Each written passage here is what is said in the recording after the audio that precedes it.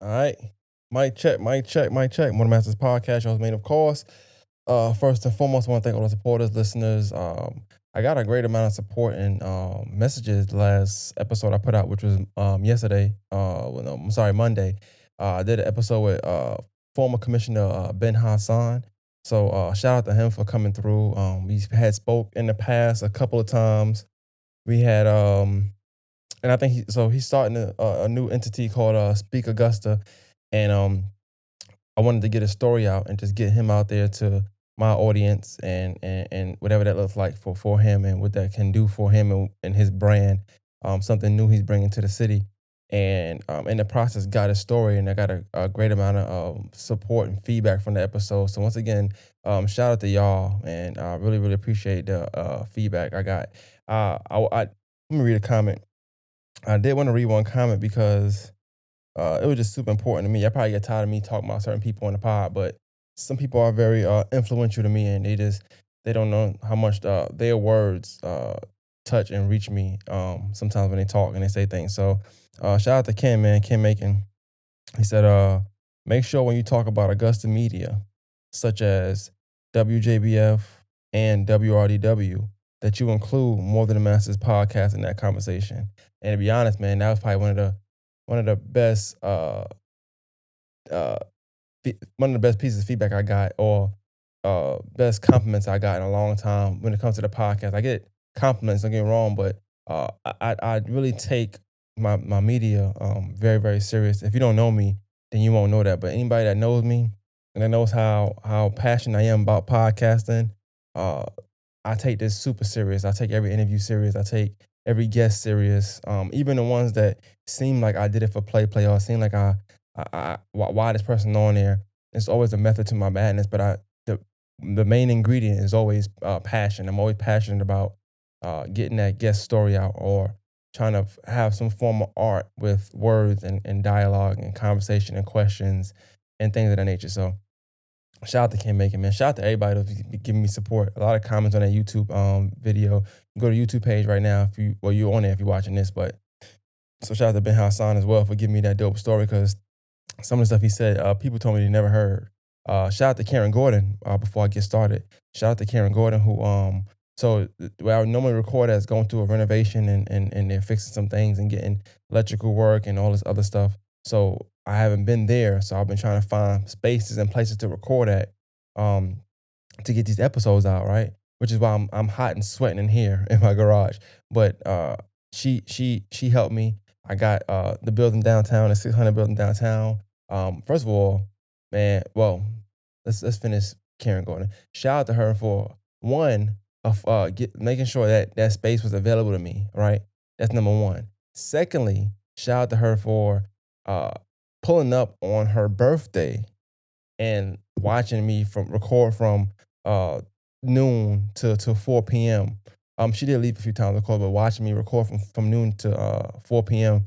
On her birthday. So shout out to her, and shout out to the city, but definitely shout out to Karen Gordon, because that's a testament to how much people or a person really values what you do, how much someone supports what you do, and believes in the message and what I'm doing. Because for her to give that amount of time on on her birthday, for me just to do some interviews or do some podcasts and actually sit there and engage in things of that nature, that's definitely appreciated. So shout out to you, Miss Karen Gordon. Okay. I also want to shout out the crew, man. Shout out to the crew. The crew is important. My crew is very important. Shout out to the crew, man. I want to shout out to my lighting guy. I want to shout out to my camera guy. I want to shout out to my sound guy, my soundboard guy, the person that comes up with the interview questions. I want to shout out to my crew. Y'all do an amazing job. The last two episodes I did, one is coming out tomorrow, well, Thursday, and then one came out Monday, which is the Ben Hassan one. Man, those two episodes are shot so well, man.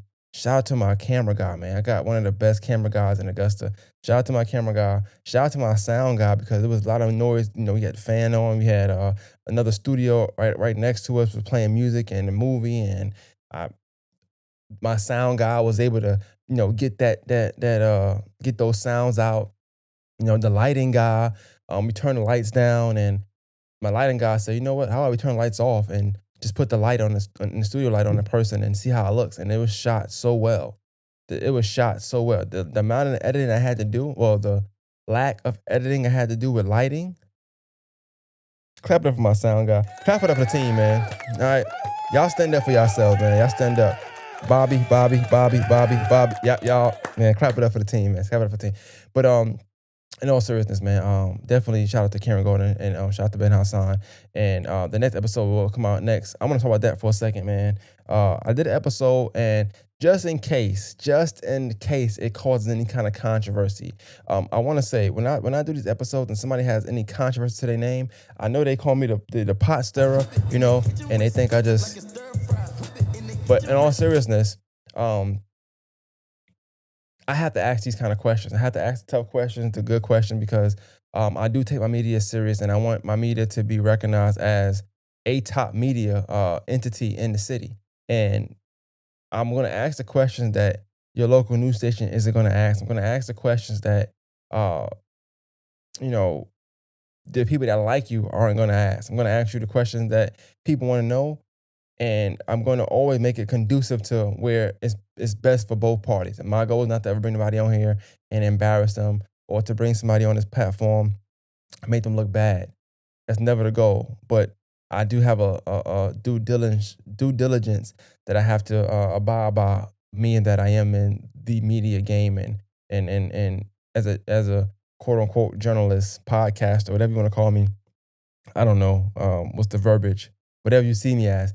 I have a due diligence I have to do for that. So part of that is me asking the tough questions. So shout out to Ben Hassan. He got the phone a little while ago, and he was like, "Yeah, man, you do a good job answering questions. You know how to bring it back around. One thing I know how to do is converse, and somebody may answer a question one way in the first 10 minutes, but I know once they're comfortable, and once you get them settled and they feel more open, or more they're more open to discuss things with you, you can bring that back around. So it's never a thing where I'm punching to get one question. Now I'm gonna come back around. I'm gonna spin the block for that question if I feel like if it's conducive to the interview, and it's gonna make for a better story. So um, with that being said, rather, I had a guest. I have a guest on, and his episode is coming out on Thursday. His name is Zacchaeus, I want to say. Yeah, I think Zacchaeus. I think his name is. Uh, or Zacchaeus. I really don't know, but Zacchaeus Miles is one of them. Forgive me. I promise you, forgive me. Um, he was on a podcast, fashion designer. He was known for, he had a bow tie line at some point. He threw a fashion truck event. He's thrown things. He's done things in the Augusta, the Dallas area, the LA area. Just doing his thing. He actually had an event in the city, and it caused some kind of commotion or whatever, because people, quote unquote, may not have been paid, or it's a lot going on with that, and we discussed that as well. So I want to start by saying with this, man, as it pertains to that particular podcast or whatever case may be, and I want y'all to be a judge when y'all be the judge of it whenever y'all decide to watch that. If y'all decide to watch that, I think it's a dope interview. Honestly, the first hour was amazing, and we kind of get into the negativity part in the last, latter 20-25 minutes. Um, I want y'all to judge for yourself, for one. That's number one. But number two, anybody that's watching this is connected to that. I want you to know this. On More Than Masters, I want it to be something that pushes the city forward.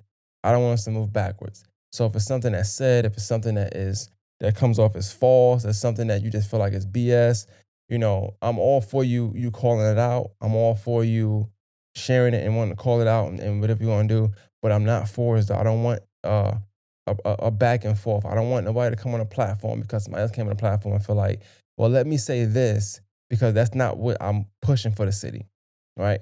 He cleared it up. Whatever he said is whatever he said. If it's not true, if it is true, that's on the people to decide, and then that's out of my hands. I'm not a judge, even though I do want to bring a judge kind of skit here, but I'm not a judge. My goal is not to say who's right or wrong. But if you got something going on in the city, and you got something positive going on, and you got something that you think the city needs to know about, then you're free to come on and talk about that. And in the process, if that happens to come up, then we can discuss that. But I don't want to do retaliation interviews. I don't want somebody to come on here because The last guest come on here and said, well, the sky was black. So you come on thinking, well, I'm gonna tell you why the sky is blue. That ain't what I'm pushing. I'm just pushing, wanting people to know what's important in the city, who's important in the city, who's doing the real work in the city, and have real genuine conversations and put people on to people in the city that's doing things, but name may not be out there. My goal is always to bring you alive, bring your story alive, and that's about that. So thank you again, Karen Gordon. Thank you again, Ben Hassan and Zacchaeus Miles, man. Appreciate all y'all for coming through on Sunday and knocking those episodes out. With that being said, I posted something on Snapchat, right, a little while ago. I was unsure if I was going to record or not. And when I posted this screenshot it's an old screenshot, I had, let's start here, all right. I posted something on Snapchat, and because of the responses I got, I decided to go ahead and record, all right. Let me be 100% transparent with you on this. Only 3 people, okay, only 3 people said something about the snap, all right? However, that was enough for me to go ahead and record because of how passionate I am what I'm doing, because I care about my audience and what they want to see, what they don't want to see, what they want to hear, what they don't want to hear. Them saying, go ahead and record, or I want to hear that story, made me come in, set up my equipment. It is 11:23 p.m. Set up my equipment and get it to y'all. Um, I said to say also, a lot of times people say, people keep asking, or I posted this and everybody kept asking me. I ain't one of them people that's gonna sit here and lie to you or cap you down. I'm not gonna do none of that. 3 people responding to the snap, just 3. That's it. And I just said, okay, let me go ahead and tell a story. So I'm not gonna sit here and fabricate and say it's a bunch of people asking me. No, just 3, just 3. All right. All right. So let's get in. It might be 4. Hold on, let me see. Okay. So first, I'm gonna read the article to you. Read the article, then I'm gonna give you a backstory and give you the story section. So let's get that here, man. Let's do that. So the article goes as follows. All right. Anyway, I was gonna read it, but I changed my mind, so I had to edit that out. I'm sorry. I said, it says woman threatens to kill former coworkers. I didn't want to put where I worked at, and I don't want to put my names involved in it. All right. That's the title. Okay. So let me tell a story. I think I told a story before, but maybe I didn't tell it, so I'm gonna tell it again. So I want to kind of put it in full perspective here. Uh, I'm gonna give you a timeline of this story. So let's start there. So my grandmother passes away. Okay. My grandma passes away. Of course, if you might know me, I'm very close to my grandmother. Didn't know. I just didn't know. I wasn't myself. Wasn't feeling myself. Anyway, one thing about bereavement that I don't like, I feel like, and I get it. Companies got to do what companies got to do. Companies have to run the business. That's what's important to them. Regardless of what they tell you, it is super important for the company to run the business. The business stopped, everything stopped. So they could sit here and tell you they care about you. They could sit here and tell you, well, we got this just in case this happens. It ain't never going to be enough. It's always more in the company's favor. And I'm cool with that. I get it. So I say that to say, I feel like to this day, I always feel like I was asked or told, whatever, to come back too soon. That's just me, right? I felt like I came back a little too soon. And I also got caught up in this. So when I'm telling you the story, mind you, my grandmother just passed. So I'm not even fully like there like that. Okay. My first day back, man. My first day back, I'm working, out of my business, I'm trying to, stay occupied and everything like that. I get a call from my boss, the manager at the time. She goes, hey, did I'm gonna say names, I don't care. She goes, did Austin talk to you? Da da da. I'm like, no, what's going on? Austin is a new manager at this time. He's been around for a while, but he's a new assistant manager at this time, whatever the case may be. And he's kind of a timid guy for the most part. And you know, take from that what you will. So apparently he got into, he didn't want to talk to his associate, and she was being disturbing down there. She was having some disturbing statements, saying disturbing statements to customers. She was saying disturbing statements to employees. So I go down there. I kind of assess the situation. And a lady named Tracy, God bless the dead, she passed away a couple months after this. But a lady named Tracy, she comes to me. She goes, "Hey, uh, she's not right. I don't know what's going on. She's saying very demeaning things. She told me she was gonna kill me. Blah blah blah blah blah." I'm like, "Whoa, all right." So mind you, I'm not in my right mind. I'm kind of oblivious to all of it. I'm like, whatever. The manager in me, it's just how I am. It's just how I'm wired for the most part. So my goal is I'm trying to go ahead and take care of this. That's at that point. That's what my main thing is. How I'm gonna take care of this. So I go up to her. I say, "Hey, yo, let me talk to you for a minute." I take her outside. I say, "Hey, everything all right? You good?" She said, "Yes." She said something to me that I thought was very out of pocket slash insane slash right. She goes, "Uh, I bet your mother's beautiful, huh?" I'm like, "Oh, yeah, I guess, you know." By the way, happy birthday, mother. Today, happy birthday. Happy birthday, baby. I'm like, "All right, yeah, I guess, whatever." She goes, "Yeah, yeah. Your mother's beautiful. She's very beautiful. Even when she dies, she'll be beautiful." I'm like, "What the are you talking about? Like, what is it? What is this about?" But my mind ain't even on that. I'm not even thinking about that. I'm like, "Look, whatever." She goes, "I'm sorry to hear about your grandmother. She was beautiful too, wasn't she?" I said, "Yeah, she was beautiful." She was like, "Yeah, I know. I know she was beautiful." Oh, okay, okay, okay. So at this point, I'm like, "All right, cool. Hey, look, man. You gotta go home, all right? You can't be here. You're disrupting business. People are complaining. We started getting comments. We got a thing called LTR where they could do surveys. So in the surveys, they was talking about how this lady was saying demonic things to them about how she may or may not want to harm them and things about their kids and things like that. And I'm like, "Yeah, you gotta go." She said, "Really? Why? Why?" I said, "Hey, ma'am, I'm not even gonna keep talking. Like, I need you to go, like just now. You could just go." All right, cool. She goes, comes back around 2. Don't know why. I say, "Hey, what happened?" She said, I'm fine. I just had to go." "Yeah, go home. Don't come back until we call you. Go home." Cool. She leaves. So in the span of a next couple of days, apparently she's calling cashiers, she's calling, managers. Not me. I don't actually have my number. Never spoke to her a day in my life. But when I get back, I get some news about her. Saying her being mad at me. Me, mind you, her being mad at me because I'm the one that sent her home. Mind you, I walked into the situation. I had not been here. I don't know what's going on. This had been going on for a couple of days, but nobody addressed it, which is also so in this story I'm telling you, it's also kind of the reason why I'm in the position I'm in right now, I guess, because just taking control of situations. I'm not a part of this situation. I'm not a part of this issue, but for some reason, it became my issue because I came back to work for whatever reason, and that just goes to show you the type of people I had around me at the time that wouldn't step up and do certain things. So cool. All that happened. That's a Friday, mind you. That's a Friday. All this happens on a Friday. So I had to open that Saturday. Mind you, my grandmother wake was on a Saturday. Okay. My grandmother's wake was on a Saturday.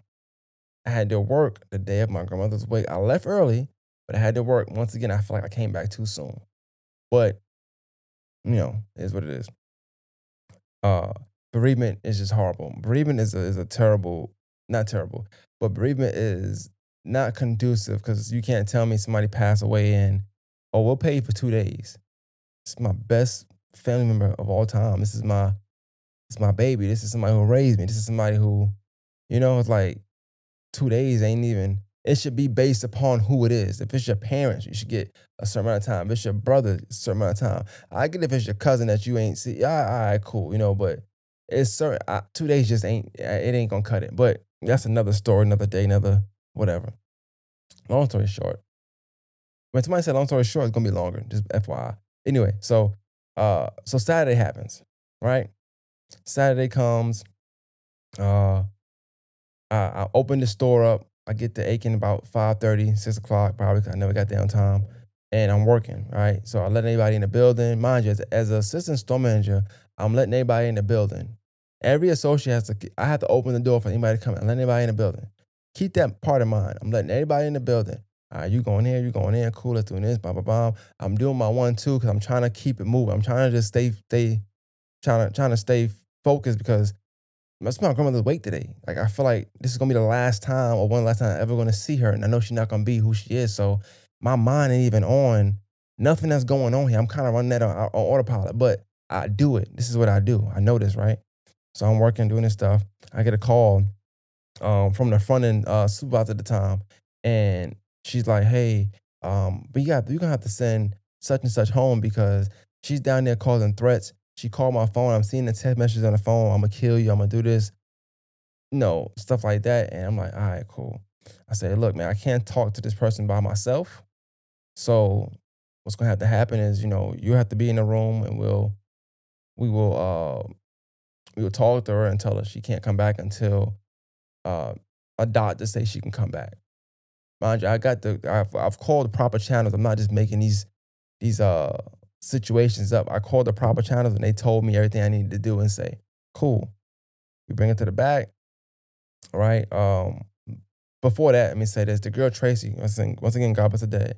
The girl Tracy comes to me. She said, "Hey, um, she kept saying something, something, something. That black man, that black man. I'm gonna do something, something, something to that black man." This she didn't tell me what she said she was gonna do. She just kept saying that she alluded to something, something with that black man, and she kept saying, "Oh, that man, that man, that man." Mind you, we got multiple men managers. Like I said, Austin is the manager.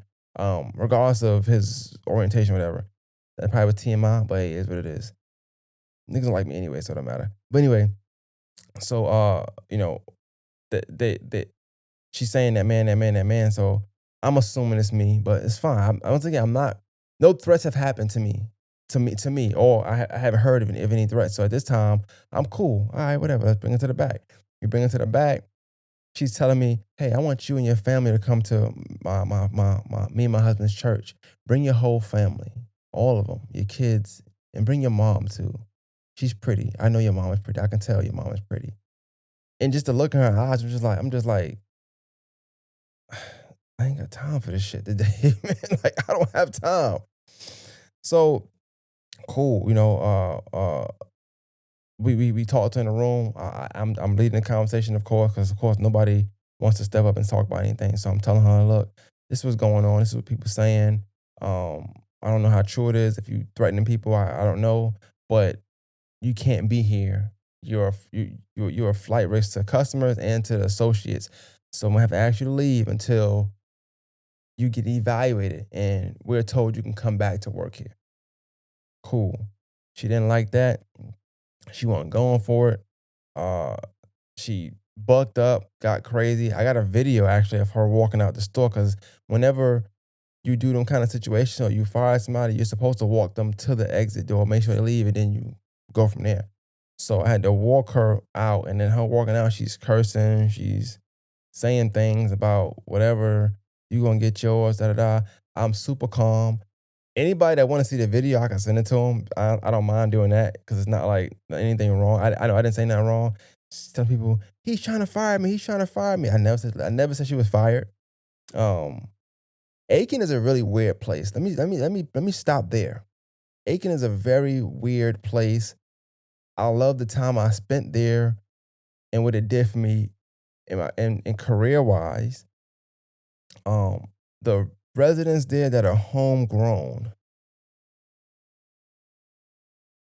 all have a very distinctive way of moving.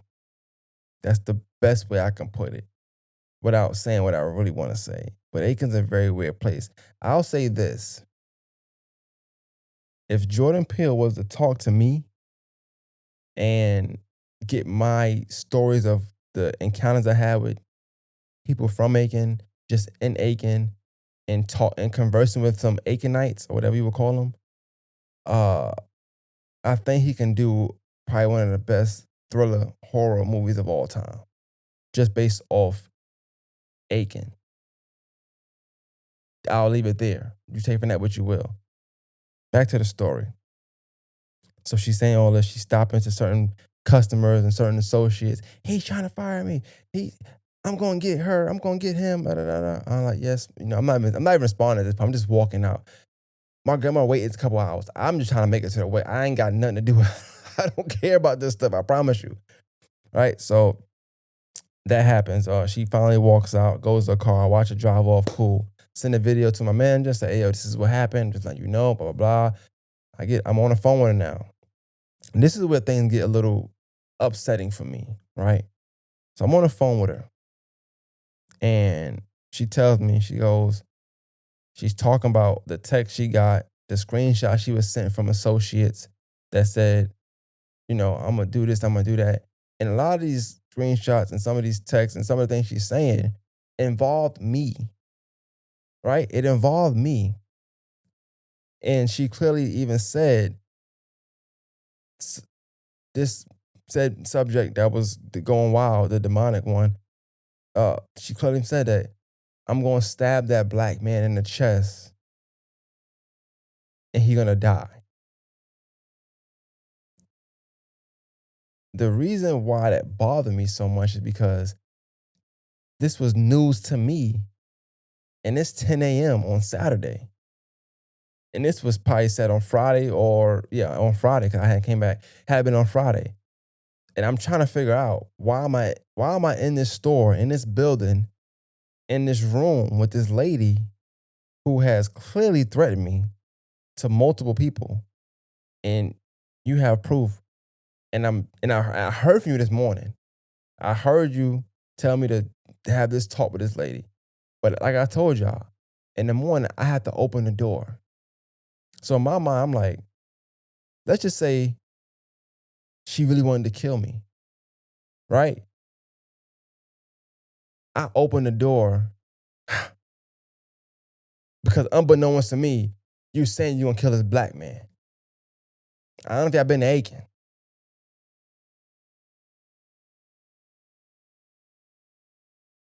It ain't a lot of us. So that bothered me a lot up here. That bothered me a lot up here because I was like, well, damn, what made you not tell me this, but do all the stuff I was doing? That really bothered me. But that's not the biggest thing that bothered me. I'm getting to it. I'm having this conversation on the way to my grandmother's wake about what happened. I'm having to explain. I'm not even getting fully prepared. But in hindsight, I was happy with it because I needed something to distract me from what I'm really driving to a wake for my grandmother. Like, I'm really driving to her wake. Like, it's no more. I won't never speak to her again. I won't never hear her voice again. Like, So my mind ain't even on what it's on. But having time to think, I really was like, yo, this is crazy that I didn't know this stuff. And I was here for 5 hours and I'm talking to this lady. I talked to her like 3, 4 times that day. Walked up on her, asked her, was you okay? Like, because I'm trying to figure out if I need to send her home or not. Whole time she threatening and thinking about killing me. That's crazy. That's crazy. So what really bothered me was this, man. She continued to text people and say things, whether it's me or anybody involved, and kill this person's family. I'm gonna do this to this person. So obviously, for a while, we had to use proper precautions to leave and into the building. I'm gonna keep it a buck with you. Was I ever worried? No, I'm not gonna lie. I wasn't really worried. I'm always right. I'm always gonna be all the way right when it's time to be all the way right. Whatever you take from that. So whatever had to happen would have had to happen. I don't condone anything like that though, if you read between the lines. But what bothered me was that Monday or Tuesday or Wednesday, whatever day I came back to work, because I remember the day I came back to work because my grandmother, we had the wake and then we had the funeral on another day and, whatever. So whenever I came back to work, we had to go over to the front and talk to an officer and file a police report. Can y'all guess why we finally had to file a police report? Anybody give me a guess why we finally had to file a police report? Emphasis on finally. Because this lady threatened, I'm sorry. This lady threatened the other managers. Didn't do the work yet. That was the wrong button to press. But because the other managers got threatened, now it was time to file a police report. So when I read the headline about, threatens to kill ex coworkers, I see the headline and I see what people see. And like, what's going on? That's crazy. What's going on in Aiken? But in my mind and how I'm viewing this, I'm like, well, it was fine when it was just me, huh? We didn't have to do no police report when it was just me, huh?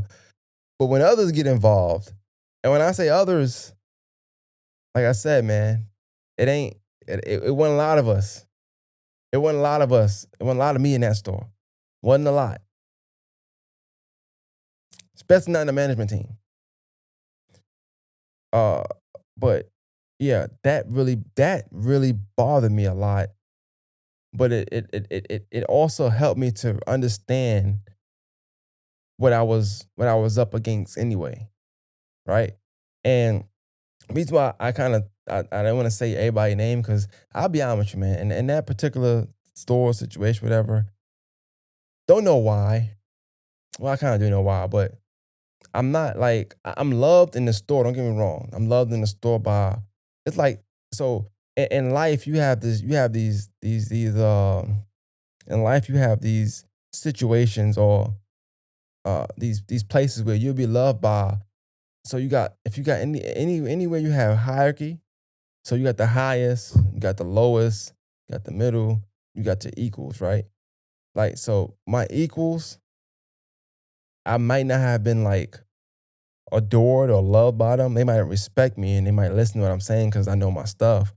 But anything above my equals and everything above my equals, I was loved.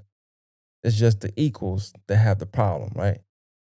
And I ain't saying we got like real problems. Just people don't like certain things. Whatever. I don't know if it could be I'm the only black guy. It could be I was a straight guy. It could be I didn't really mess around. I was about my business. I don't know. It's a bunch of reasons why I could kind of think, and that's just my perspective. Somebody watching this, I was asked the other day. Somebody said to me like, I don't know how people deal with you, and or something like that. It wasn't a negative, like in a negative sense, but pretty much just saying like, you think you're the king of the world. You think you run everything, and it's like in certain environments. For one, I am right in certain environments, and in certain environments I have to carry myself a certain way. And sometimes that's the way I have to carry myself, like I am the HNIC, the head person in charge, or like I am the guy to go to. In some situations, I am that person. So it's kind of common for me to carry that attitude or carry that demeanor. And it's time where I fall back. I'm not the number one guy, so I might fall back and I play my position. Sometimes when you in that role, but you got people that's on your level, but you're looked at as up there. Yeah, people they don't like that because also your attitude is up there. So I might be telling you what to do, and you're like, "Why? Like, nigga, you on my level, you know?" But I'm really not. But on paper, we are. So that's another thing, But that's a whole other story. It's just a lot of things that I wouldn't say names because I don't want anybody to feel the way about what I'm saying. Um, and they do, then oh well. But yeah, just knowing that aspect of things too. So think about anything I just told you. Like people feel that way, and it's that hierarchy. It's that relationship of he think he know it all. I don't really he ain't my boss, but he tell me what to do. Da, da, da. So think about the fact that it was okay and all that when people threatening to kill. Hey, just send Maine. It's fine. Just send Maine. His grandma just died. He'll be all right. It's okay then. But any other time it's an issue or you hating because I'm able to do this. I'm able to make this happen. Able to make that happen. You know what I'm saying? So just one of them things. Aiken was a weird place though, man. But yeah, that story. People want me to tell that story. The story is just really simple, man. It's a lady who said she was gonna kill me, right? And I had zero to do with this situation. I walked into it, mind my business. This happened the day before I even came back from my grandmother passing. And mind you, I came back in the middle because the funeral all the wait didn't happen yet. I just came back to help out because of the coverage and stuff like that. And honestly, I wanted to get my mind off it, so I was cool with doing it, right?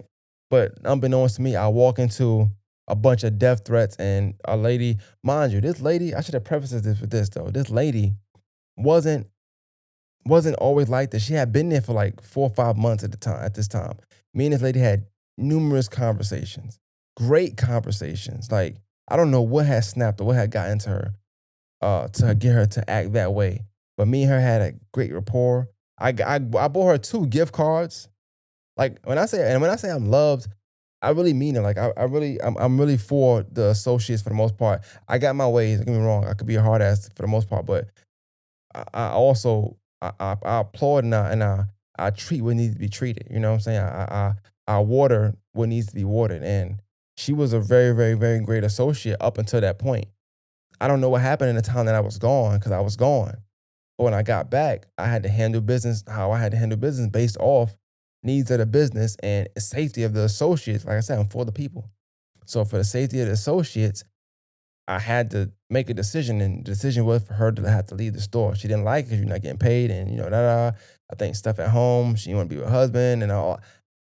I ain't got nothing to do with that. I got 150 plus people I had to protect. I got customers that have to be able to come in and out, spend money, and feel safely doing it. Or we don't eat, right?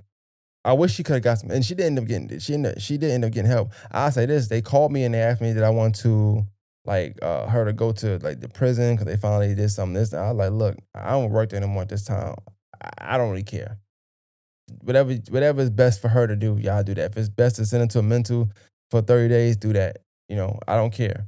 But I say all that to say that's kind of wild that it wasn't a problem until it became a problem. I take sociology, and one of the things they say, a problem, it's problem versus issue. I think they say that it's an issue if it's done to you. So if it's just done to you, then it's an issue, right? Say be Joe Small, I'm just Jermaine. Yeah, okay. Happened to Jermaine, whatever, it's just an issue. But it becomes a problem depending on who it happens to. So if it happens to the president and his family, now it's a problem. Or it might be vice versa. I don't know. But long story short, that's what I saw there. I saw that it was cool.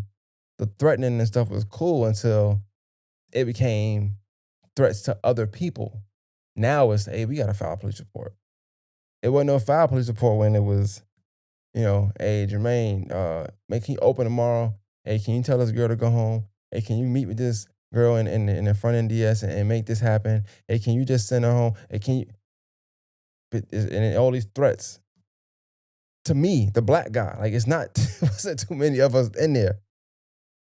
But the minute somebody else gets threatened, the minute somebody else's life gets threatened, I guess it's a problem now for real. Like, oh, we got to file a police report, guys. This is getting crazy. She threatened me. It's like, oh, okay, well, at least you have to open the door for us this morning. Surprise. You never know. So I thought that story was crazy. But the main thing about the story that I felt like was wild was the fact that it wasn't the fact that she said she was gonna kill uh ex employees because everybody didn't get a death threat. Some people just got looks and cursing down or whatever. Or most people got death threats. It was for another person, and it was me. And like I said, I didn't do nothing too late. We had a great rapport up until that happened. So, but Aiken was, like I said, it was a weird place, very tough place to be for somebody that's brown. But it's not. It's a great city. Don't get me wrong. I'm not dissing Aiken, but I wanted to tell that story of how that went about, and it was just weird, like a few days. But like I said, this person needed help. I don't know what they were going through. They needed help. They probably was on medicine. I heard they wasn't taking any medicine, and with me having a dad who is kind of similar in the sense, I knew how that felt. So I had a soft spot for the person. Don't get me wrong. I had a soft spot for him, but at the same time, um, I had to be that safety net for my associates. So at that time, I couldn't make no decision based on being heartfelt. Like, oh, okay, you know what? I know you're threatening to kill everybody. I know you're being demonic. I know you're saying things about people's family. I know you're telling people to come to your church so you can kill them and all that stuff. But you know what? Just tone it down a little bit and you can stay there and keep working. I can't do that. I couldn't risk it. It's just not. It's not in the best interest of you for your position being a manager, being a person, just being a human being. It's not in the best interest. It's like, hey, F all y'all. I have a soft spot for her because I know people like that that take medicine and has and need help. No, I had to do what I had to do. Wasn't trying to be mean. I wasn't mean to the person at all. Like I said, I will put the video in here, but I don't want to put company stuff that might be used for something on here and I get in trouble for it. So I tried to do that. And plus, like I said, people they really do hate on you. And when you in somebody's presence, it's all good because obviously you know people not really tough. So people gonna say whatever and feel whatever. But the minute you leave, they can kind of start to. They're always gonna be in line when you in their presence. But eventually their presence, then it's like, yeah, I ain't like this person because he's this person. Or I ain't like this. I ain't like that. They never tell you. They never tell you they didn't like why you in their presence, or they never tell you or talk down on you or whatever when they need you. But obviously, when you're out their presence, you're no longer needed for them. So they'll say whatever they say, and that's kind of what I deal with from my past situation, which is fine, not really a problem. I deal with it, but I did want to end with this. This is not a thinking aloud, by the way. This is just me telling you a story about that time in Aiken, man. Aiken's, like I said, it's a weird place. I got a story for days in Aiken about some of them people that I had to ask questions to and the things that was done. And it was crazy. Aiken was a crazy town. It is a crazy. I shouldn't say that. It's a wild town. It's a wild town. Um, but yeah, at the end of the day, bro, I really don't think I'm the king of the world, but I really try to move a certain way. I try to move the same. I try to move like I got a purpose, and to somebody that don't move with a purpose or that just moves without a purpose rather, they not gonna understand. So anybody that doesn't have a purpose in life will never understand the movements or the decisions, uh, the how somebody moves. They're not gonna understand those type of things by somebody who lives with a purpose.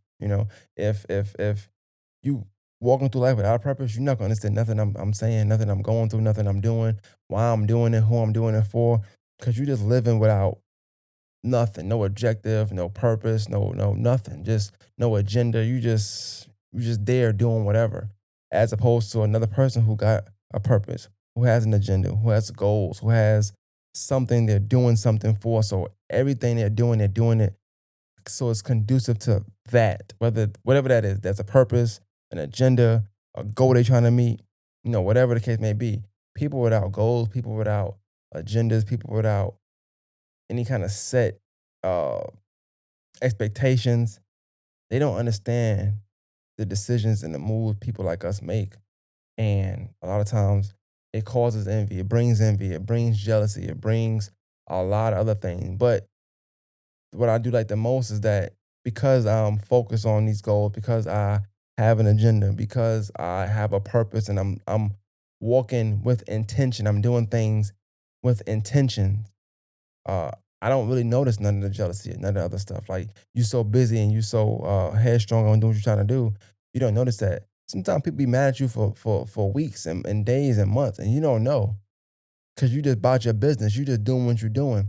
You don't realize the person over there didn't say hi back, or the person didn't laugh at that joke, or the person kind of made a face when you made a comment. You don't know because I'm just living. I'm walking with attention. I'm living in my purpose. I'm doing what I gotta do. I'm not thinking about you making a sad face over there. That ain't that ain't doing nothing for me. So I think just learning that has always helped me to move past certain things. So even this story, you know, I remember like I never spoke about it to them per se, and I hate saying them because I'm racist, but to the team. But I had a conversation last week with somebody who was there and I was a part of that, and they was like, "Damn, you know what?